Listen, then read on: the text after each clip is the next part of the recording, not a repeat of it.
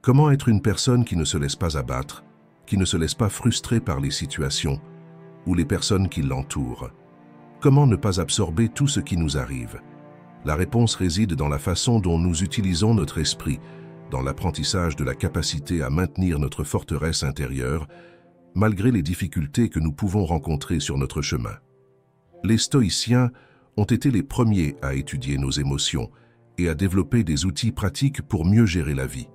Dans cette vidéo, nous allons nous baser sur cette philosophie de vie pour apprendre à ne laisser rien nous ébranler. Et, si vous êtes nouveau ici, avant de commencer, je voudrais vous dire une chose. Apprendre transforme notre âme. Alors pensez à vous abonner à la chaîne et à activer les notifications pour que nous puissions évoluer ensemble. Trouvez votre force. Vous pensez que c'est pour cela que nous avons été rendus forts, seulement pour que nous puissions avoir des fardeaux légers à supporter? Sénèque. En tant qu'êtres humains, nous possédons une capacité extraordinaire, celle de transformer les choses les plus difficiles que le monde peut nous lancer, en opportunités de croissance et d'apprentissage. Cette capacité n'est pas un simple hasard, c'est une caractéristique unique qui définit notre nature. Arrêtez de voir les défis comme quelque chose que vous devez affronter. Au lieu de les voir comme une obligation, commencez à les considérer comme des expériences que vous pouvez surmonter. Ce subtil changement de perspective fait toute la différence. Pensez-y bien. Nous ne sommes pas obligés d'affronter des défis, mais nous avons l'opportunité de les affronter. Nous n'avons pas à travailler tous les jours.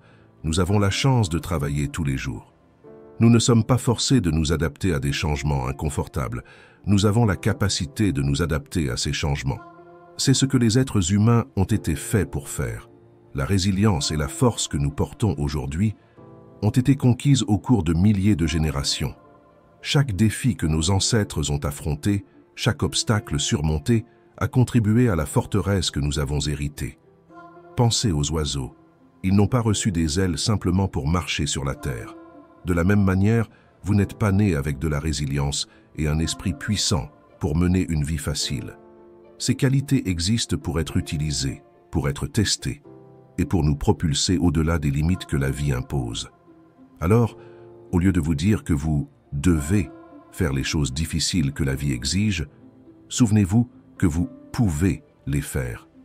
Vous avez ce choix, ce pouvoir. Et c'est précisément pour cela que vous avez été doté de force et de résilience. Pas pour éviter les défis, mais pour les affronter avec courage et pour en sortir plus fort et plus sage à chaque expérience. Ne laissez pas votre bonheur s'échapper. Nous souffrons plus dans l'imagination que dans la réalité. Sénèque. La plupart de nos souffrances proviennent de notre esprit, surtout lorsque nous permettons à nos pensées de s'éloigner du moment présent.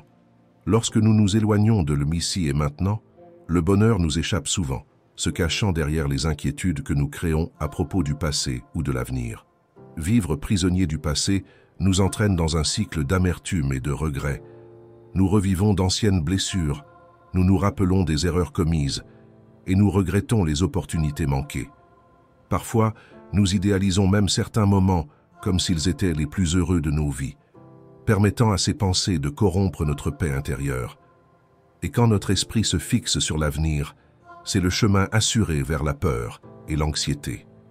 Nous projetons des inquiétudes sur ce qui pourrait mal tourner, sur les défis que nous n'avons pas encore affrontés et sur les incertitudes qui nous attendent. La clé pour réduire cette souffrance mentale est de rester ancré dans le présent.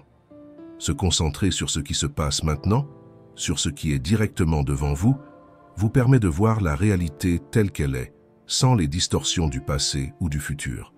Ce n'est pas toujours facile, mais cela en vaut la peine. Entraîner votre esprit à rester présent est un voyage, pas un changement instantané. Ce n'est pas une transformation qui se produit du jour au lendemain, mais bien un effort conscient et persistant. Chaque moment où vous ramenez vos pensées à l'ici et maintenant est un pas vers une vie plus calme et équilibrée. Pourquoi le focus sur le présent est-il si puissant? Parce qu'il vous libère des chaînes des erreurs passées et des inquiétudes futures. Il vous permet de vivre plus pleinement, d'apprécier chaque moment à mesure qu'il se déroule, sans le poids des bagages émotionnels que le passé ou l'avenir peuvent apporter. Rappelez-vous, entraîner l'esprit est comme apprendre n'importe quelle nouvelle compétence. Cela demande du temps, de la patience et un effort constant. Vous n'avez pas appris à faire du vélo dès votre premier tour. Vous avez dû tomber, vous relever et essayer à nouveau. Il en va de même pour garder votre esprit dans le présent. Mais qu'obtenez-vous en retour? Une vie plus sereine, un esprit plus clair et un sentiment de satisfaction qui ne peut être trouvé qu'en vivant le moment présent. Alors, la prochaine fois que vous remarquerez que votre esprit vagabonde dans les royaumes du Messie ou du ce qui pourrait être, ramenez-le doucement en arrière. Revenez à l'ici et maintenant, au réel, au moment présent. C'est dans cet espace que la vraie paix et le contentement résident.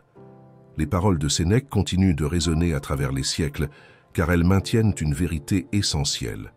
Vivre dans le présent est un chemin vers une vie plus heureuse et plus épanouie. Lorsque vous embrassez ce chemin, vous devenez conscient et rien ne vous ébranle. Rien de ce qui se passera ne vous ébranlera. Ce ne sont pas les choses qui nous troublent, mais nos jugements sur les choses. Épictète. Les anciens stoïciens ont compris que notre esprit fait quelque chose appelé cadrage, pour décider si une situation est bonne ou mauvaise. Ce processus est un choix conscient ou inconscient, qui influence nos émotions et comportements. Quand nous cadrons une situation difficile comme étant horrible ou injuste, nous devenons angoissés, frustrés, voire déprimés. Cependant, si nous parvenons à réinterpréter ces mêmes défis comme des opportunités d'apprentissage et de croissance, notre perspective change complètement. La vie est pleine de défis, mais il est possible de les aborder différemment. Au lieu de qualifier les moments irritants d'obstacles ou de drames sans fin, nous pouvons les voir comme une occasion précieuse de pratiquer la patience et la résilience. Pensez aux situations inconfortables. Au lieu de les craindre, commencez à les considérer comme des tests pour renforcer votre capacité de résistance et votre maîtrise de soi. Cela ne signifie pas que nous devons prétendre que les difficultés sont amusantes ou que nous devrions vouloir des problèmes dans notre vie. Ce n'est pas cela du tout. La clé est de trouver les opportunités cachées en elles. Cette approche n'est pas une solution rapide ou magique à tous les problèmes. Cependant, elle offre un puissant outil pour transformer notre perspective et mieux faire face aux défis de la vie, les rendant un peu plus gérables.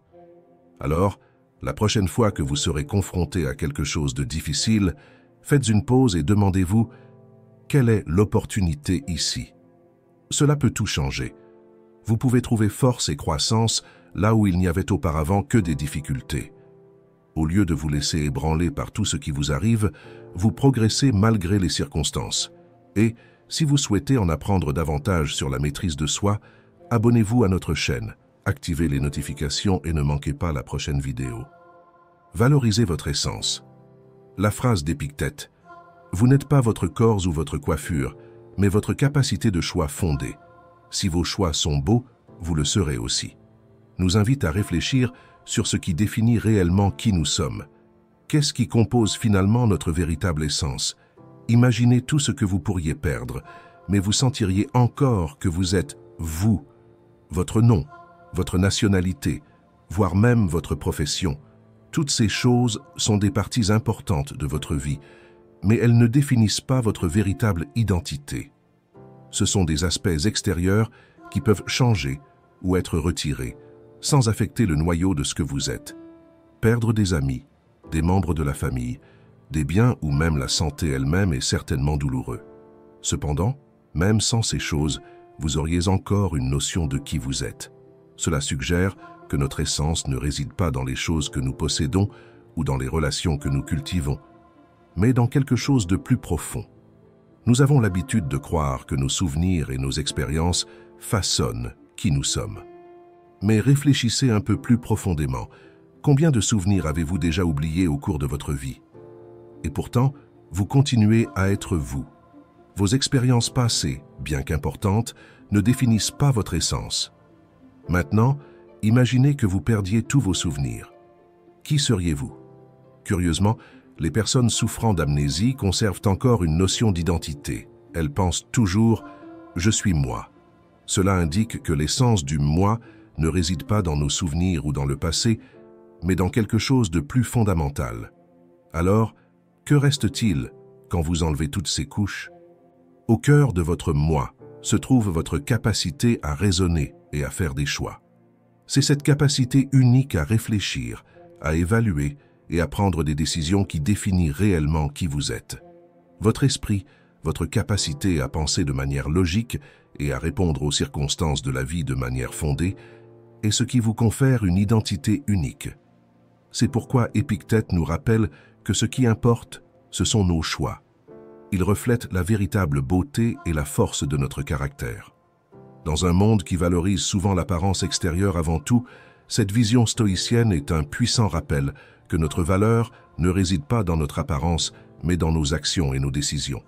Vivre dans une société obsédée par l'apparence physique peut nous faire oublier cette vérité fondamentale. Cependant, chaque fois que quelqu'un vous juge sur votre apparence, rappelez-vous que vous êtes bien plus que cela. Votre identité ne se limite pas à ce qui est visible. Elle est enracinée dans votre capacité à choisir, à réfléchir et à agir selon des principes solides. C'est pourquoi il est crucial de bien prendre soin de votre esprit, car c'est votre plus grande richesse.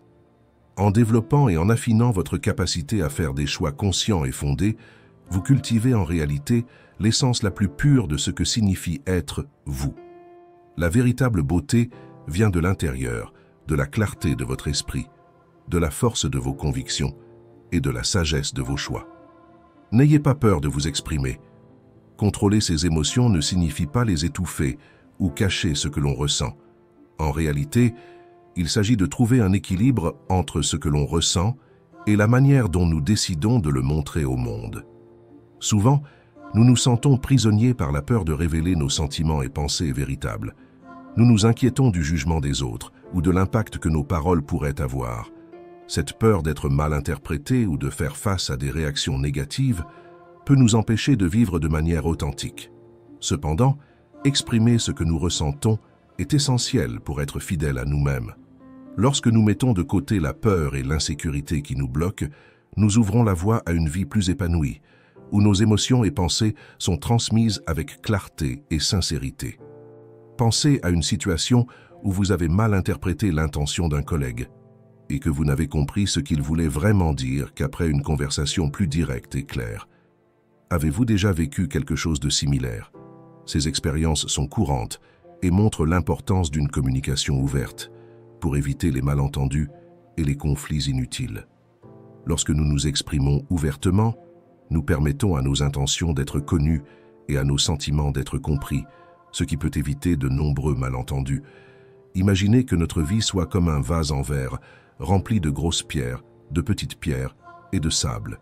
Si nous mettons tout en même temps, le vase se remplit rapidement de manière chaotique. Mais si nous commençons par les grosses pierres, suivies des plus petites et enfin le sable, tout s'emboîte parfaitement. Ce vase est une métaphore de notre vie. Les grosses pierres représentent nos émotions et pensées les plus profondes, tandis que les petites pierres et le sable symbolisent des préoccupations sans importance et des peurs insignifiantes.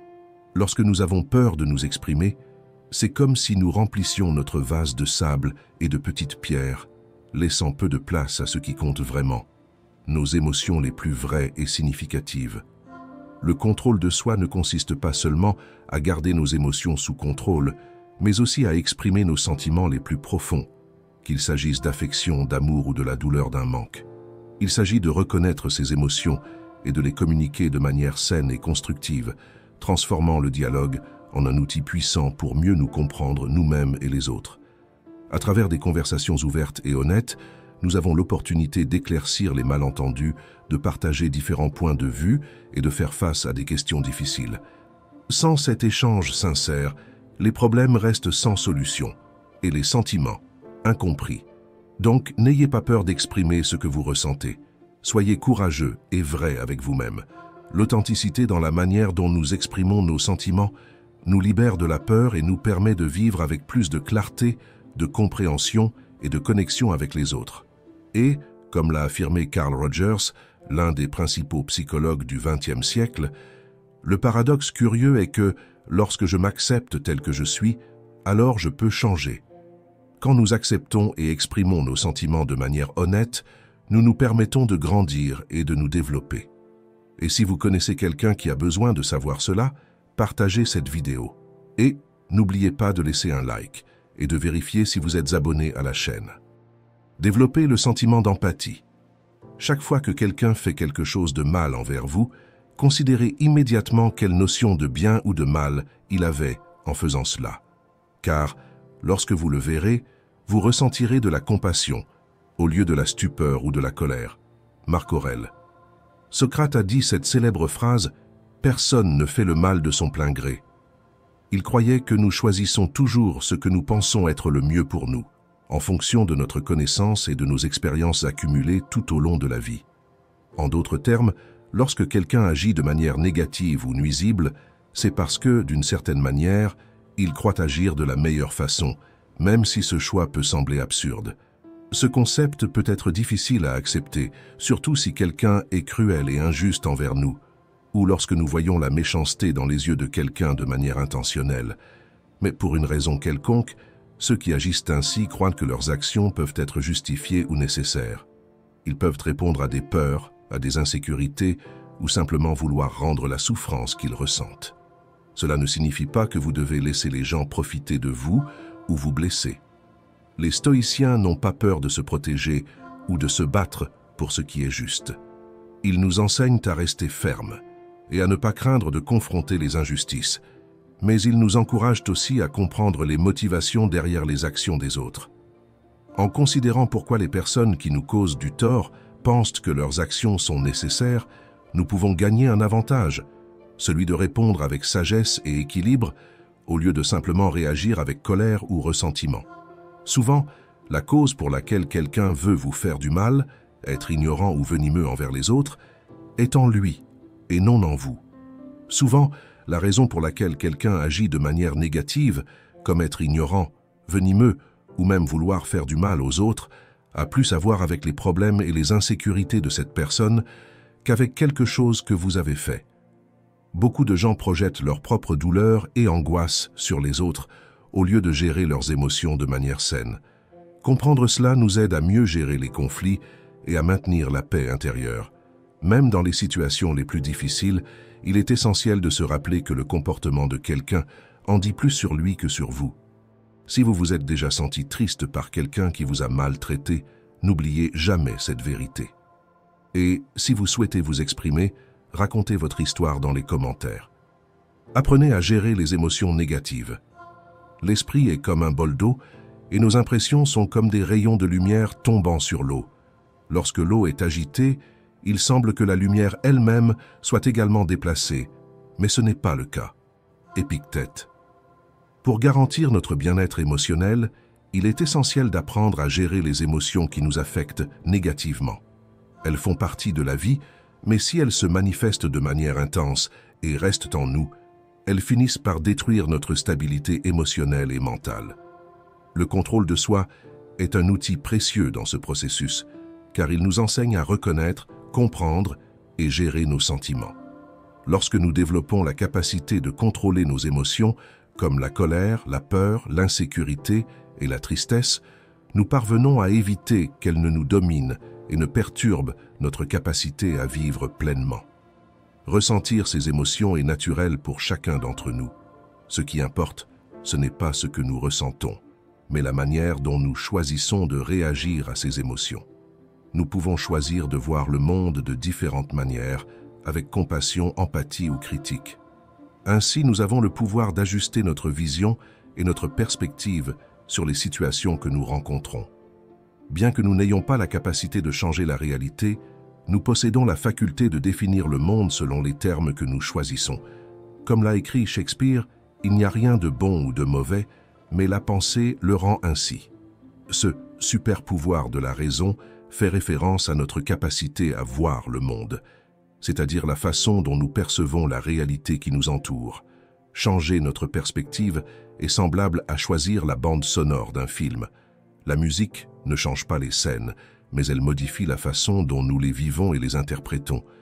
De la même manière, la bande sonore que nous choisissons pour notre vie, c'est-à-dire la manière dont nous décidons d'aborder nos défis, peut influencer profondément nos réactions et nos attitudes.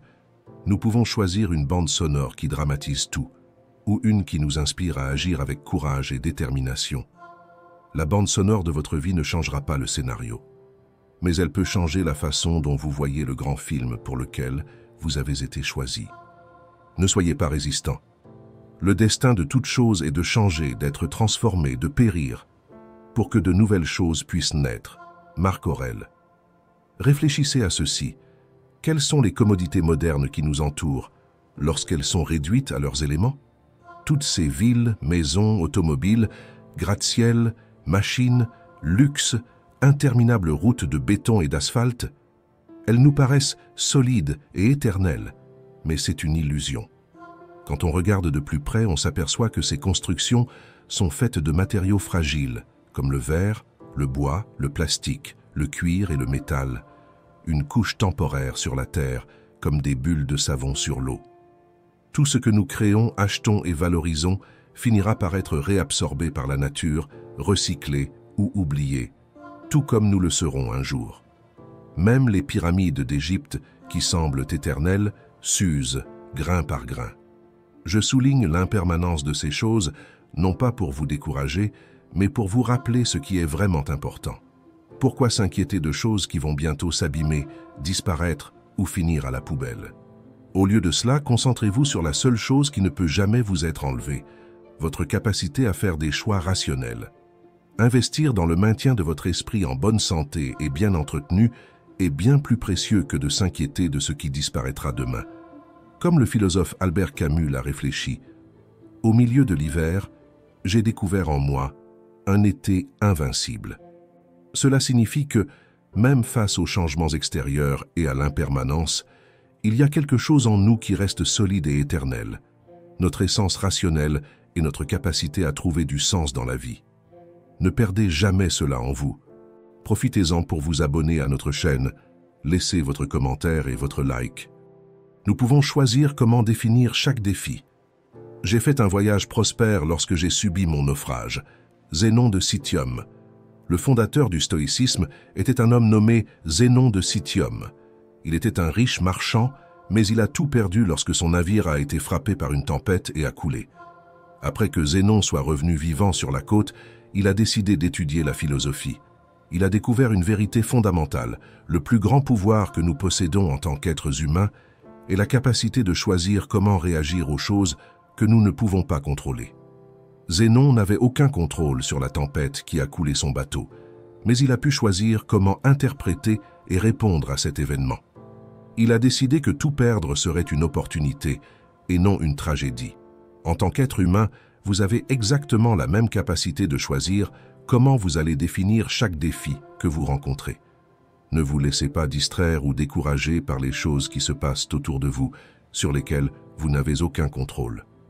Souvenez-vous, les navires ne coulent pas à cause de l'eau qui les entoure, ils coulent à cause de l'eau qui y pénètre.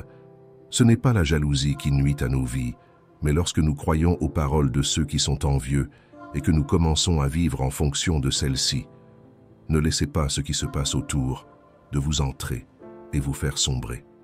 Viktor Frankl, qui a affronté une souffrance immense pendant ces années dans un camp de concentration nazi, donne des conseils inspirants sur la manière d'utiliser notre capacité à définir les défis. Il dit « Nous ne devons jamais oublier que nous pouvons également trouver un sens à la vie, même lorsque nous sommes confrontés à une situation sans espoir, lorsque nous faisons face à un destin qui ne peut être changé. Ce qui importe vraiment dans ces moments-là, c'est de démontrer le potentiel humain exclusif dans sa meilleure forme, transformer une tragédie personnelle en un triomphe, transformer une situation difficile en une réussite humaine. Lorsque nous ne sommes plus capables de changer une situation, nous sommes mis au défi de nous changer nous-mêmes.